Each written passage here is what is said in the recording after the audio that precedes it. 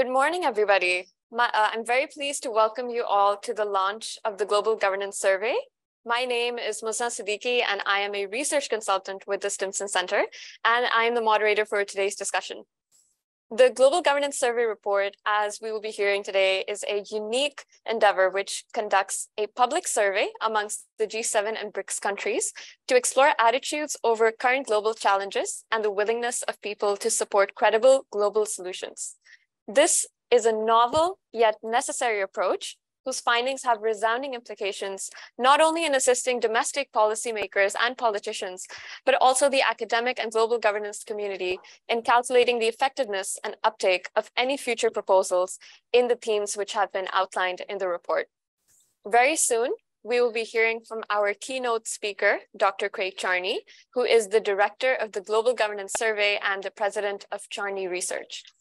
Dr. Charney has worked in over 50 countries, from Afghanistan to Zimbabwe, including the G7 and BRICS countries. He will be followed by remarks from our discussants, Professor Amitav Acharya, who is the UNESCO Chair in Transnational Challenges and Governance, and also a distinguished professor at the School of International Service at the American University in Washington, D.C. And followed by Mwendwa Kiogora, who is the Communications Director at the Coalition for the UN We Need. But first, I am very pleased to introduce Mr. Henry Althacker, who is the Senior Vice President at Robert Bosch Stiftung. Henry, over to you for your opening remarks. Thank you very much, Musna, for this kind introduction and welcoming. And thank you all for joining us in this great discussion. It is a real pleasure for me to be here and to have the opportunity to participate and hear the analysis of our experts of this quite unique report. The rules-based international order is under unique pressure to transform both in terms of climate change, technological shifts, pandemics, and there are power shifts in the world, economically, politically, militarily, and demographically. So these changes need us all, both in government and civil society, academia, and business, work together on sustainable solutions on the global order. And the Robert Bosch Stiftung that I have the pleasure to represent, German private, non-partisan, non-political foundation, puts a special emphasis on evidence-based decision-making and policy. We believe that we can only tackle political questions and develop and devise solutions if we have the evidence right. And in order to talk about how international order has to change and adapt and how we need to go into the 21st century with a changing of powers in the world, we first have to understand what the status quo is. And that is what this report is doing. It is the result of a cooperation between the Stimson Center, who are the brains of the operation, and us, who were happy enough to support this project. And it is both the survey that is going to be the focus of today's event, but also the index that come together. And they are bringing together a perspective on that will help us to better understand how do global citizens of these countries that Musna has kindly mentioned already, which are, after all, representing 51% of the world's population and 71% of the global GDP. How do the people of those countries see their own country's role in the world? How do they see the international order succeeding and where failing? What are their priorities? I found it, when I had the chance to have a sneak peek into the report, quite interesting to see where there's differences between actually the public's perception and also at the same time the government's implementation. So that is interesting. What does that mean in terms of policymaking? And this survey is quite unique because it has not been done so far as I know, but maybe Craig will correct me and say that it has been done before. And I found many of the conclusions, observations extremely enlightening. And I think what we are trying to do here today is just to start a conversation. It's going to be the first impulse in which the survey data is presented and then hopefully discussed. So I'm looking forward to hearing what kind of questions are coming from the audience. But that's only a beginning of a conversation that will not least also happen in the Summit of the Future next year in September 24, And it will also happen in Berlin in July. And I am inviting all of you who are in Berlin on July 6th to come here to the Bosch Foundation, where we do the launch of the index for a German audience and analyze the role Germany also plays in global governance and the international order. So thank you all for coming, and I hand it over to Craig, who is going to give us the highlights of the report. Thank you.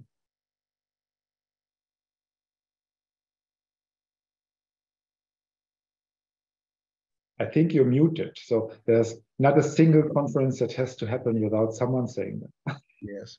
Greetings to all from a smoky New York. Can we get the first slide up? You know, when we chose this cover photo for the survey report, we didn't know it would accurately portray conditions on our release day.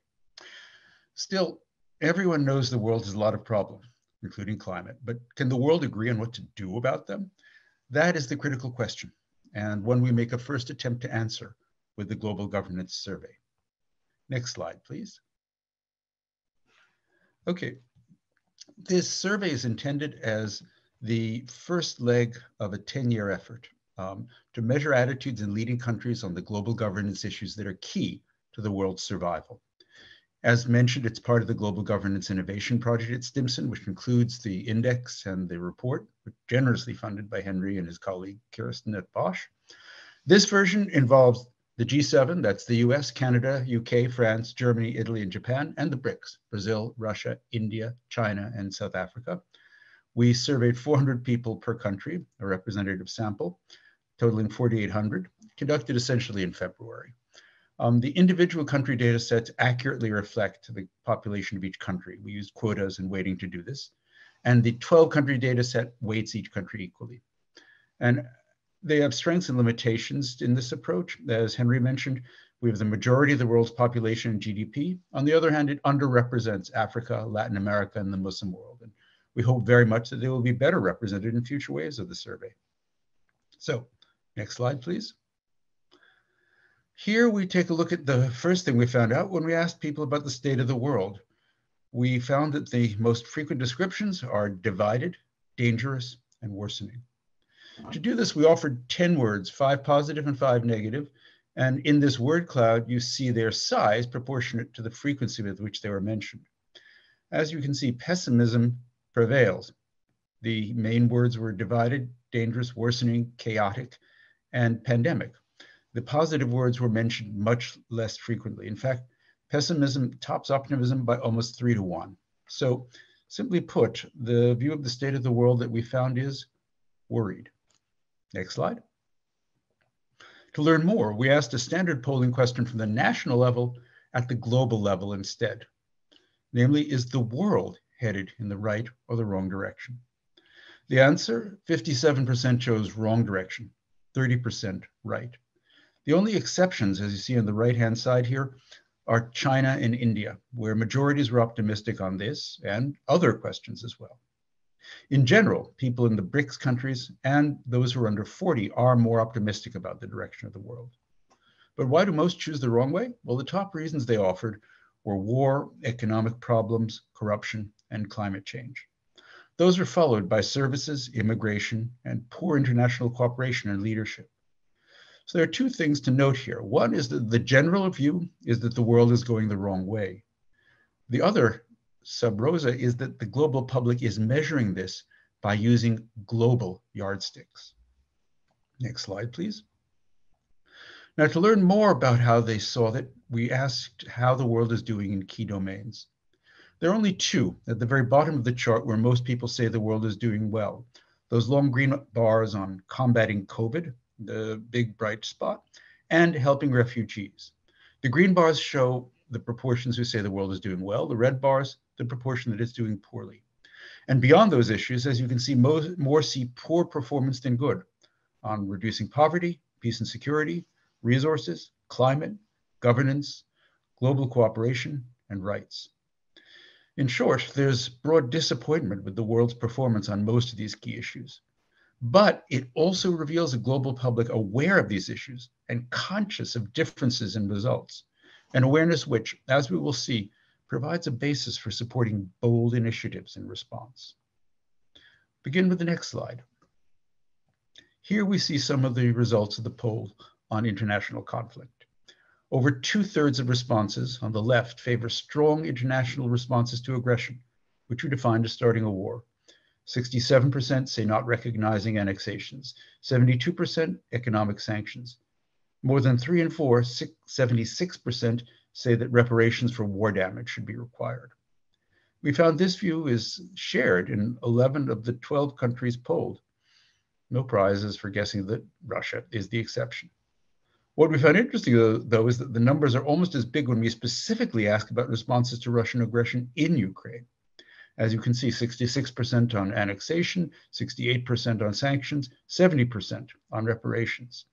And quite significantly, even publics in India, Brazil, South Africa, and China, whose governments have remained neutral or lean towards Russia, share in the consensus against aggression. This is an important finding. For more, let's look at the next slide. What we see is that the publics are also concerned about war crimes. By massive margins, more than 2/3, they say that these should include bombing electricity infrastructure, rape or sexual violence, and the use of autonomous killer drones. Majorities or pluralities express these views in every country, including Russia. Although we did not ask if they applied to Russia and Ukraine, but even so, these Russian results may hint at some guilty consciences. But war crimes are clearly a concern of the international public. Next slide, please. Here we see the results on another question. More evidence of broad support for international legality is found in the fact that 7 in 10 across the sample favor their countries cooperating in bringing war crime suspects before the International Criminal Court. This too is a position that is favored in the survey by majorities or pluralities in every country polled, even Russia. However, to be fair, I have to note that we conducted the poll before President Putin's indictment by the ICC, which probably has affected these figures. Nevertheless, what we see is a broad consensus against aggression and in favor of international legality, even in conflict. Next slide, please, as we turn to the question of pandemics. Here we see some of the findings on pandemic response, which help explain why COVID-19 is seen as the world's standout success in this survey. If you look at the chart, the 2 green parts represent the proportion of people who told us they'd received at least 1 vaccination across the 12 countries, and they total 83%. The darker green is the 40% who say they did not have the disease and were vaccinated. 42% said they had it and were vaccinated. The 2 slices of the pie on the left are those who had COVID, that 42%, and 7% more who had it and were not vaccinated. The 8% in the dark red zone are the ones who have neither had the vaccine nor the disease, the ones who are at greatest risk. However, if you put everyone together, both those who have been vaccinated and those who have had COVID, what you have is that 90% have some sort of immunity against the disease. What's more, in every one of the 12 countries surveyed, the majority of adults say they were vaccinated. Now, there are limits to be aware of in this data. It's all self-reported, and we don't have any indication if people had the full course of vaccines, let alone the booster shots. Nonetheless, it is a remarkable success compared to any vaccination program ever in the history of the world. The vast majority of adults in the G7 and BRICS say they've received vaccination, and most of the rest report having COVID, so almost all have some immunity to the disease. Next slide, please. The result is a fairly optimistic evaluation of responses to the pandemic. In the chart, we see that on the left that 75% say their country has done well in vaccination and treatment for COVID. A large majority, though a smaller one, also says the country has done well in economic and social recovery from COVID, 59% on average across the different countries. And in every single country we polled, majorities or pluralities say their country has done well. But they want more done to protect the future, as we'll see on the next slide. There is extensive support for measures to prevent future pandemics. As we see in the chart, 2/3 favor more power to the World Health Organization if there's a global health emergency. More than 3/4 favor standby funding to make treatment and vaccines available in an emergency. Almost as many propose building vaccine factories around the world, so no region is neglected. And the largest share of all, 78%, say that we should fund early warning systems to spot any pandemics early on. So a similar majority favors public-private partnerships to promote universal health care, which is one of the UN's Sustainable Development Goals. In short, as the COVID epidemic begins to pass into history, the peoples of the G7 and BRICS view the fight against it positively, but they want the world better protected against a recurrence. On the next slide,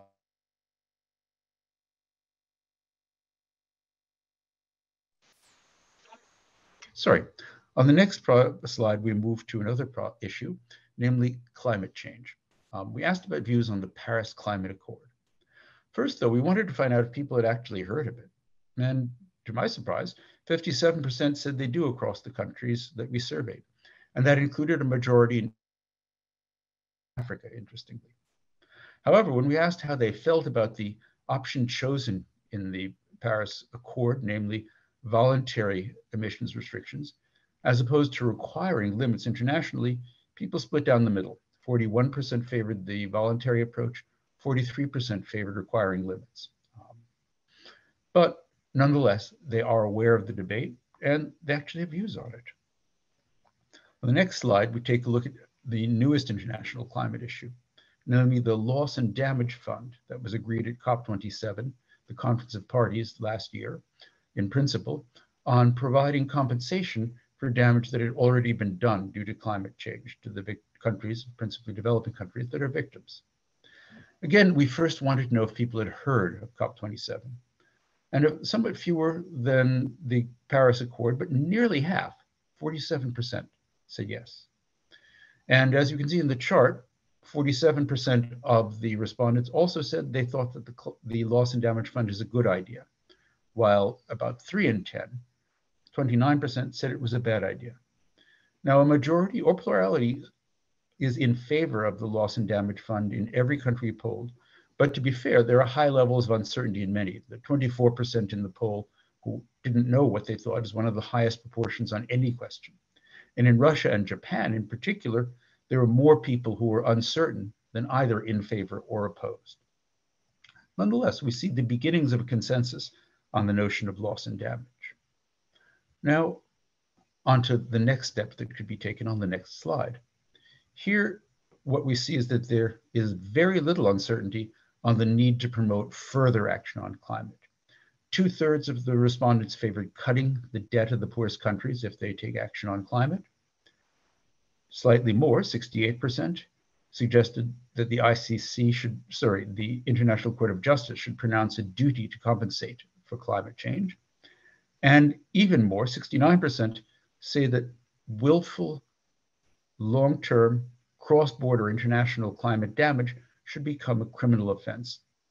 In other words, tough policies to encourage or require climate action or punish climate damage are favored by very large majorities of the countries that we polled.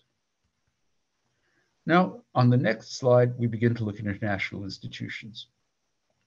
Here you see that we found broad support for the creation of an international anti-corruption court. So carrying on, when it comes to restricting the veto, we asked about a proposal on an agreement to avoid using the veto in cases either of atrocities or of life-threatening disasters. And as you can see from the chart on the right, 2/3, 67%, also agreed with a veto limitation. And this too was a point of agreement across the different countries. We also found majorities in favor of 2 other UN proposals: to hold biennial economic summits between the General Assembly and the Group of 20, and to create an international network of parliamentarians who are interested in working with the UN. Thus, there's a real desire to strengthen international legality and institutions. So next slide. We see even more evidence of support for multilateralism here. We asked whether respondents preferred their countries acting alone or with international institutions in key policy areas. Multilateralism was preferred by 3 and 5 or more on each of them. As you can see, by 71% on international peace, by a similar proportion on climate change, by 66% on combating pandemics, and even on the most controversial, human rights and the rule of law, 60% preferred international action. This is a pretty strong endorsement of multilateralism. Now, the next slide shows us an important reason why. There's a widespread sense of global citizenship. Overall, 57% on average of the people in each of the countries we polled said that they do consider themselves global citizens, not just citizens of their own country.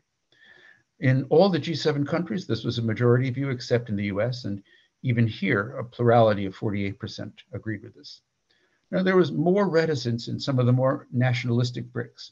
In particular, Russia and India are the two countries that rejected this perspective by majorities. As you can see, only 36% in Russia and 40% in India on the right-hand side of the chart accepted it. And interestingly, China splits right down the middle, 50-50.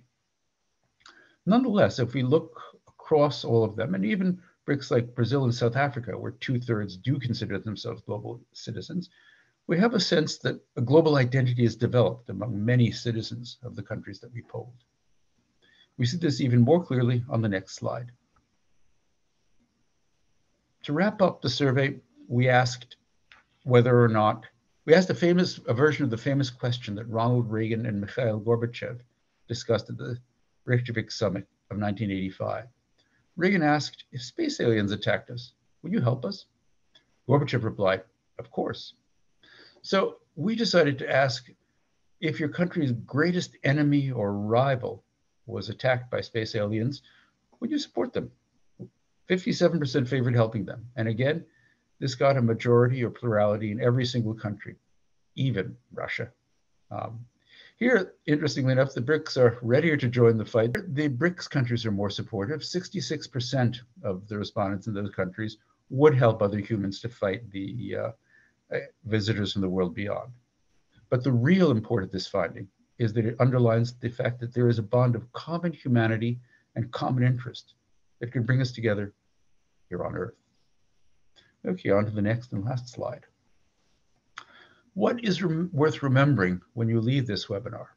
Well, the top line, the most important results, is that people around the world are aware of the state of the world, aware of important global issues, and the peoples of the countries that we polled are way ahead of their leaders in their willingness to accept innovative solutions to global governance problems. Now, that said, as we saw, people think the world is going to hell in a handcart. The only issues where they think it's doing well are COVID-19 and refugees. But over 2/3 of them favor strong international responses to aggression, including a refusal to recognize annexations, economic sanctions, and reparations for war damage.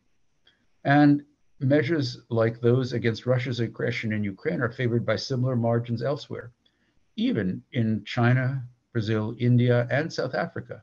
So it may be a mistake to assume that the populations of those countries actually support the stances that their leaders have taken. The vast majority of people say they've been vaccinated against COVID, and nearly half say that they've had the disease. So almost all have some immunity now. But people around the world want to see more action on pandemic prevention and to encourage or require climate action as well. 2/3 favor adding Brazil, India, and South Africa as permanent members of the Security Council, and a similar proportion suggests restricting the use of the veto. And finally, a substantial majority say that they are citizens of the world, not just of their own countries. And most would help even their own enemies fight an imaginary invasion, at least we hope it's imaginary, against aliens from outer space.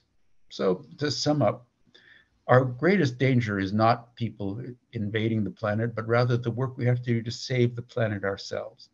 Because the cartoon character Pogo put it many years ago, we have met the enemy, and he is us. Thank you all for your attention. Thank you very much, Craig, for the meaningful insights which you've delivered today. And it's very clear that the findings from the Global Governance Survey are going to be of a lot of use for not only policymakers, but also for the academic community at large. And in particular, I was very interested to see that around 70% of people hold a negative view, whereas 30% of people hold a positive view. And I think that it's exactly those sorts of insights which are going to be extremely useful for all of our audience members here today as well. I encourage everybody who is joining us here today to please read the report in the coming days. I'm sure you'll find it to be a very insightful and enjoyable read. And now for some initial first impressions, I turn to you, Amitav, for your thoughts on Craig's presentation. Thank you. So let me start by congratulating the survey and Stimson and of course, Dr. Craig Cheney for doing a very, very important survey. And I'm not joking about this, or it's not a lighthearted comment. I say that because there are two aspects of this survey that really are very timely. Number one, the focus on the BRICS. Now, there is an article in the Newsweek magazine this week that says that some 20 countries have applied to be members of BRICS. BRICS is expanding, and BRICS is going to be, if that goes through, BRICS is going to be hugely influential. The membership of BRICS will parallel or equal that of G20 almost. So having a BRICS focus is really very important.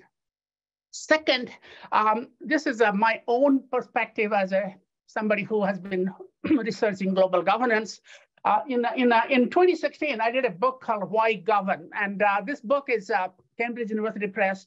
It had all the big writers in global governance. Many of them covered 11 issue areas, global health, to climate change, to atrocity prevention, to refugees and migration. And one of the recommendations of this book was actually exactly what you have done.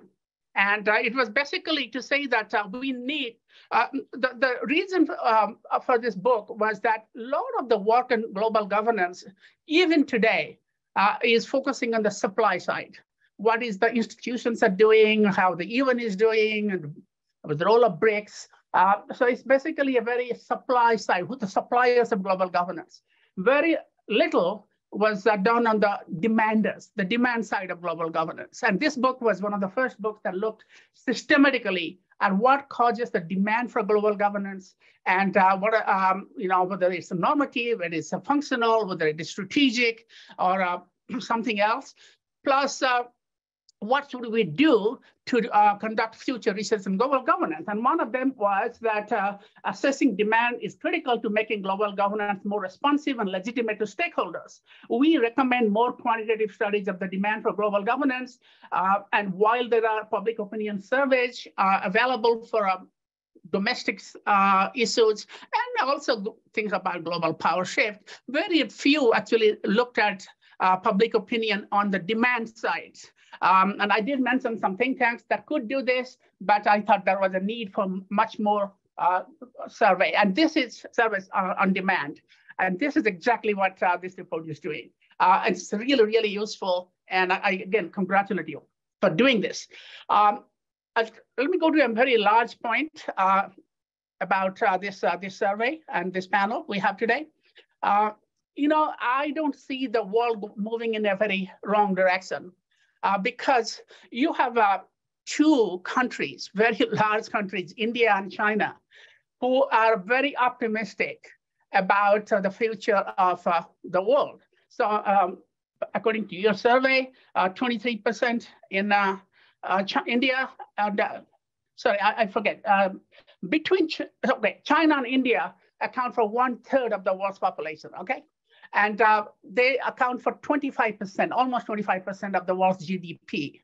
And if the majority, about 3/4 of respondents from these countries are optimistic about the future, I think that's good news. Because this sort of tells you that the global power and ideas are shifting. And even if you look at the literature on global governance, these countries, especially China lately, but India as well, taking a greater role in, or at least trying to get a greater role in global governance. So to me, the news is good, not bad. I may sound like Singapore's Kishore Mahbubani a little bit, but I think the data speaks to itself. So I then want to ask a couple of questions, maybe three. The first question is, of course, there is a disconnect and anomaly between the strong demand support for global governance across issue areas, but the very sorry state of action in global governance, which is where the governments play the leading role. So what explains this anomaly? Now, when you provide an analysis, and also the survey also has a slide that looks at what are the causes of this direction issue, wrong direction issue. So you look at varieties of factors, war being the leading cause of the pessimism.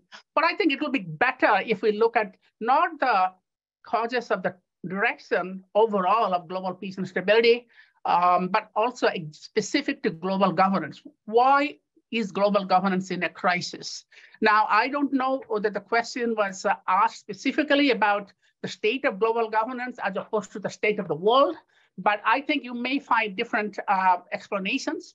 If you say, why is global governance, as we define it in terms of even institutions for that matter, why is it in a bad state? Because I think most people would know that. I mean, look at what the UN is doing now, or the function of WTO almost collapsed. So it will be good to know that. I was a bit surprised that war is considered the leading cause, but that's very temporary. Now, public opinion tends to be influenced by the most recent developments. So if this survey was done before Ukraine, maybe it would have been something else. Maybe US leadership, which is indicated, you take that into account, or maybe the collapse of the liberal order, something else would have become more important. So let's keep in mind that this is going to be an annual survey. World politics changes, and the state of war is one of the issues. But you know, some of us argue that this war is actually a European war, Atlantic war. It's not, you know, the rest of the world does not have anything to do with it. It suffers because of the war, but I think you'll find that attitudes towards peace and security might change, would have been different if there was no Ukraine war. But anyway, the other question, second point, question is that, and I think this is something already in the chat. I think Bruce Gentleson is here. He actually raised this. And Brian Finlay in his preface mentioned this, that people are ahead of states. People are ahead of elites when it comes to demand for global governance. So we'd like to know a little bit more about to what extent the survey's findings reflect government opinion. And in that sense, how much of these people are actually working for governments at the level they could actually share their pessimism, because people are optimistic. So there is a disconnect between people and official opinion. And that needs to be brought in to the picture a little more sharply, perhaps. And the related point probably is that even if you bring in people's attitude, so public supports global governance more than governments, but are this public really going to support some of the, say, recommendations that you are making, especially when those recommendations involve the country where the people are responding to your survey? For example, would the people of China really support referring, say, Xinjiang to the International Criminal Court, or certainly Ukraine, if people of Russia will support that Putin should be dragged into, or Russian government should be dragged into the ICC? Or would the Chinese actually support Indian membership of P5 when it's I don't know. The elite, the people might, but the Chinese elite, who I'm very familiar with, at least the think tank and academic elite, I'm a little skeptical that they would want India to become a permanent member of the P5. So we'd like to see some discussion on to what extent the survey's outcomes reflect official views, and whether even the people, non-official views, would actually support some of the recommendations if their country is, under trial, so to speak, like International Anti-Corruption Tribunal. Would the people actually want Narendra Modi to go to ICC if they find something about him? He is supposedly very clean, but something you never know. That could come up in Brazil, for example, very, very easily. Finally, and this is the last point, that the state of global governance and our literature understanding of global governance is widening. It's no longer very state-centric. The literature has moved far beyond state-centric or intergovernmentalism as equaling global governance. So there's a lot of non-state actors. We have terms like hybrid governance. I have a term called G+ global governance, meaning governments and plus. Some of the newer areas of global governance, like climate change, you cannot really think of climate change governance purely as an interstate affair. And the Paris Agreement, or you look at the role of cities and NGOs in global governance being much more visible when it comes to some of these issues, even the pandemic as well, refugees and migration. So I think the survey could really reflect the changing concept of global governance and make it sort of more than just G. So it's make it G+. And I will be very happy to talk about this during Q&A. All right, so that's my question. Some comments, but I end by really thinking that this really is a great effort to bring in the demand side of global governance and focusing on the BRICS as they become more visible, with 20 countries lining up to join the BRICS. Thank you very much for your remarks, Amitav. And it's great to hear some of your questions as well, which I'm sure that Dr. Craig and we will be discussing during the following Q&A session as well. I now turned to Mwenva, and I'll be very pleased to welcome your feedback and remarks as well. All right, thank you very much. And congratulations for this report. I think I give all the credit to the Simstone organization and also to Dr. Craig. Thank you very much. I think for me, as you mentioned, my name is Mwendwa Kiogora. I'm in Kenya right now. And for me, I feel like the views that have already been put out here in the survey, in as much as Kenya was not included, I feel that the views actually represent the situation that I would actually have put out. If you look at some of the areas that have been brought out, I can tell for sure that we are actually represented. I'm a journalist by profession, and so for me, I believe that this information, this data can actually be used even to, to question the leaders. Sometimes they feel like they're doing the right things for us, but when you look at it, it's the situation is that they're not really hearing what the people on the ground is saying. So when such a survey is put out, I think they're able to see the real concept and the real issues that are coming out, and they should be put into context, and people should actually be allowed to to discuss some of these issues. Maybe case in point, even the issue of, let's say, corruption. Even in Kenya, we have the situation where sometimes you feel like we're almost helpless. What can we do to make to get these people accountable? But if they're the leaders and they control even, say, the judiciary, how do you then make it in such a way that then they can be able to maybe discuss it or have someone else putting them down? So that's the issue of having a corruption court can be a very good idea for me. I believe that that's one of the areas that I was really looking into. But one of the main things, I know we have really said that the situation looks, we are very divided. There's corruption, it even looks dangerous, But for me, the situation as it is, it also gives hope. This survey, in as much as at first when they were asked the situation as it is in the world, they say that it looks, it's such a glim future. But again, the solutions are with us. We are the ones who can actually bring out the solutions. So for me, I see that we have a very good opportunity to make the changes that we want to make. The solutions are with us, and and the people know what even needs to be done. So it's even for the leaders themselves to try and do this as well. The other issue that I wanted to raise is the interconnectedness of these issues. we've talked about COVID-19. We all remember, especially in 2020, how the situation was. Nobody could move, nothing was happening. And if we can just say that if something affects one country, it affects all the other countries. So it's very important that when we make sure that we have good interrelations, because if we say that just because it's not happening in our country, it's happening in another continent, you'll find out that it will still come and catch up with us and will not be ready. But if now we come as different countries, this bringing out the multilateralism as it should, then we'll be able to work very effectively and make it, more active. The interconnectedness not only just comes in the issue of COVID-19, but we also had it. We see it in climate, the issue of climate change.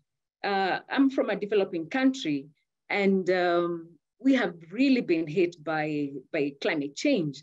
We're just coming, like for Kenya, it's just coming out from a situation where we were suffering from droughts, a major drought. But now we see that if we do not make a point in which we're saying that these countries should, and then you find out that some of these developing countries, they're the least of they don't do as much effect or conflicts that makes them affect the climate. So for me, I believe that the interconnectedness and the emitters, they have to make more, they have to be punished, for what they do, because the ones who are affected are the ones who are not emitting as much as they should. But the other thing, we also talked about the climate, it's called the Loss and Damage Fund. That's very important. It's almost like an insurance. We need it. So for me, the survey was really to the point of how some of us are feeling the pinch and how we see the solutions being taken up. So, and also the other one that I just wanted to say, even the war in Ukraine, it's also very interconnected. It's not only Ukraine that has been affected, the entire world has been affected. So all this interconnection means that we have to work together and find solutions as a global world, not just leaving it to one country to bring out all the solutions. So for me, I believe that the solutions are there, and we have to put humanity first. If we have to find solutions to some of our problems, and it's very possible. Thank you very much. Thank you very much, Mwendwa. And it was very interesting to hear your insights about how we can use a shared global vision to come and to increase cooperation and come to these solutions. I will now turn over to our global audience for the first round of questions. So if you have any questions, you are encouraged to use the chat box function in Zoom, and we will try to answer as many possible questions during our remaining time. And I would just like to remind the panelists that we will try to keep between 1 to 2 minutes as answers for the questions, just so that we can keep time. So for the first question, we have from Andreas Bammel, who is from We the People's Inclusive Global Governance Campaign. And his question is, how is it possible to retrieve reliable and credible survey results from countries with no freedom of speech and autocratic suppression like Russia and China? And then the second question that we have, which I will actually combine the questions that we have from Mr. Bruce Gentleson and Darrell Moores. So the question here is, in terms of polling, do we see a respondent bias? And who would be more interested in global governance when using these online questionnaires? So how exactly did you ensure representativeness in terms of cultural and socioeconomic diversity for the respondents? And what exactly was the total sample size? Please feel free to answer, whoever would like to. I think Dr. Craig, please. Yeah, I guess I should start with that. And these questions actually connect nicely to the points that Amitabh and Mwendwa made as well. In terms of the overall sampling, Amitabh is quite right, saying that China and India are much more populous, which is one of the reasons why we highlighted the issues on which they were different and pointed out that areas where the BRICS populations are more positive. The way to present the results is always a question of art as well as science. We realized that if we simply did things in proportion to population, this wouldn't be the BRICS plus G7 poll, this would be the China-India poll, essentially. But what we wanted to do instead was get a sense of the views across this diversity of countries and across these two leading blocks, the developed G7 and the BRICS. That was why we both focused on average views across the 12 countries, but also highlighted individual differences. And we think that that actually provides the most useful insight.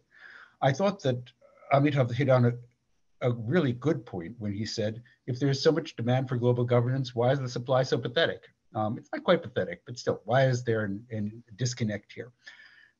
And I thought about this one. I wrote a paper a few years ago on what political will is, and the short version is political will is opinion plus salience. That is to say, you not just have to believe something, you have to think it's actually relevant to your political choices, be it voting in parliament, elections, the decisions made by businesses and so forth.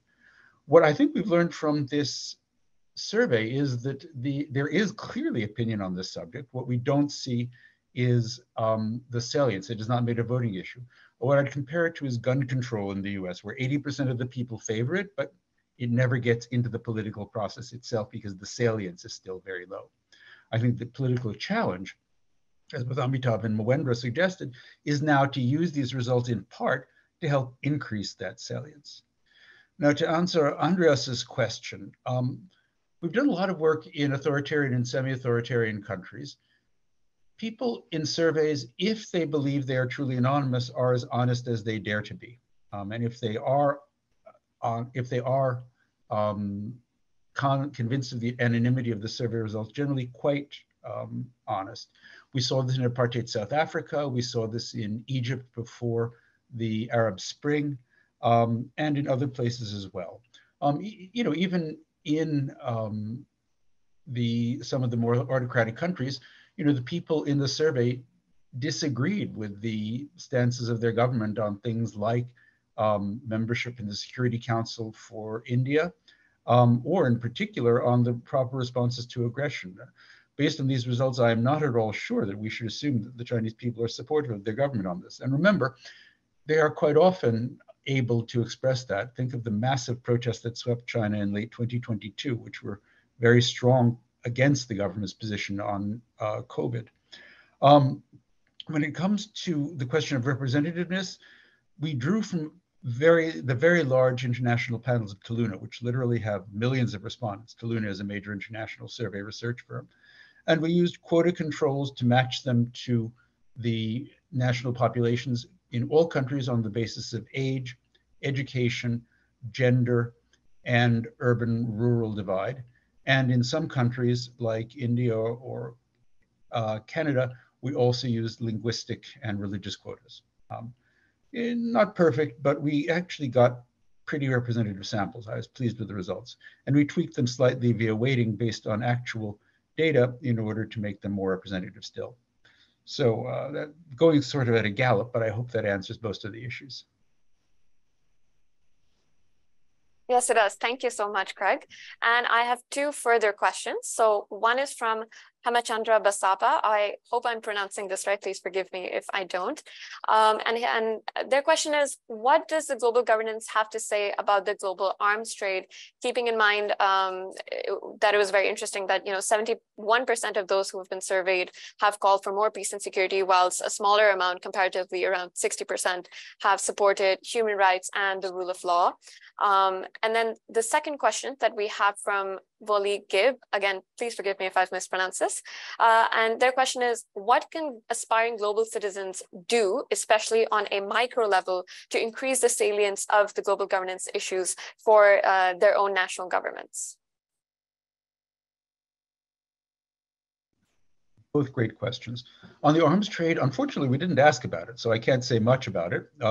Based on what we saw, I suspect there would be interest in regulation, but perhaps that's something we can include next year. I like that idea. When it comes to what global citizens can do, I think there are two things. One is to work as hard as possible to increase consciousness, not just of issues, but of solutions. I mean, I think that whether it's been things like the Extinction Rebellion or the student strikes or other things happening, mass action is important. But I think the other issue is to start to convince elites that there are good political reasons to support these things, whether it is votes, whether it is money for campaigns, or whether it is the idea that they might actually lose their jobs if they don't support them. That tends to be a very powerful incentive.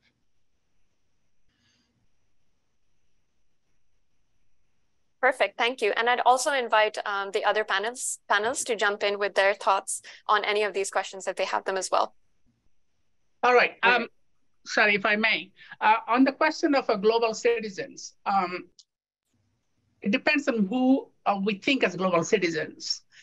In the age of social media, anybody is a global citizen.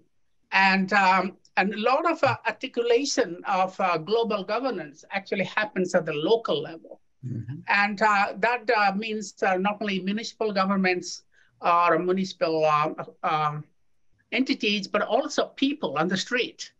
So when you talk about whether it's climate change action or pollution, as we see over Washington, DC, most of US East Coast these days, and also on treatment of refugees, in many other areas, pandemic, some of the best responses to pandemic actually happened at the local level.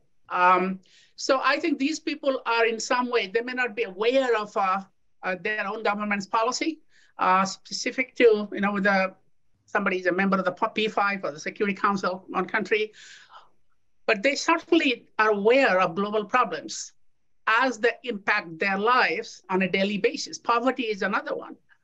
So I think it will be important to take this account opinions of people at the local level. I do see that in your survey, you talked about, there's an appendix, which I want everybody to look at it, which talks about what are the samples drawn from.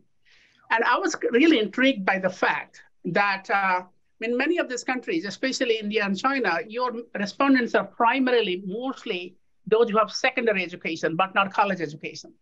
That's really intriguing to me, because I would have thought that only people who have a college degree would even know about the term global governance. I didn't know the term global governance until 10 years ago. I used to talk about international organization.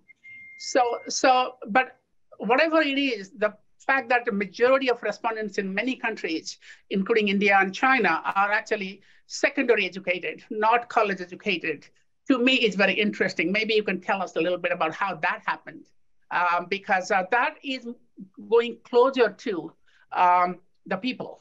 And then the broader point is that taking into account people's voices on issues that are salient to your survey and global governance could be also a better indicator of the demand side of global governance. 100%. Think globally, act locally. Couldn't agree more. And when it came to the education piece, I was interested too. Look, you have a bit of gray hair, Amitav. One of the things that I learned from this survey is it ain't the world we grew up in. This is not a world of poor peasants with no education or that sort of thing. It's a world which is largely urbanized, a world where most people have either secondary or, in a minority of cases, tertiary education, where they are heavily media exposed. Findings I didn't have time to present talk about the extent to which people are exposed to TV, both national, international, and radio. The result is that we have people who are trying to comprehend their world and who have the educational and media tools to do it. Obviously, there are other problems, disinformation, lies, et cetera, et cetera. But it ain't our parents' or our grandparents' world. It's a different world. And, the Wendras, the Munzas, and all these other folks who are on this call are in many ways testimony to that. Okay, exactly. I mean, I grew up in a village which had no electricity until I was 16 years old. Mm-hmm. And if you go back to my village, I go there like once in a blue moon. Every household has a college graduate. In fact, there's a college in the village. The college has come to the village. I went 50 miles away to study even in a basic college, and 100 miles away to study in a university. An honors college. and 2,000 miles away to study in a university. Now there is a college and a university everywhere. So I'm just intrigued by this, but there could be something more significant to this. There's a greater significance to this that what we are capturing here. Absolutely. I think it's a big change that's underappreciated. People have understood the importance of the extent of the spread of the mobile phone and the internet, but education itself, I think, has been underappreciated. Absolutely. And Mwendwa, I'd also really love to hear your thoughts on the conversation as well.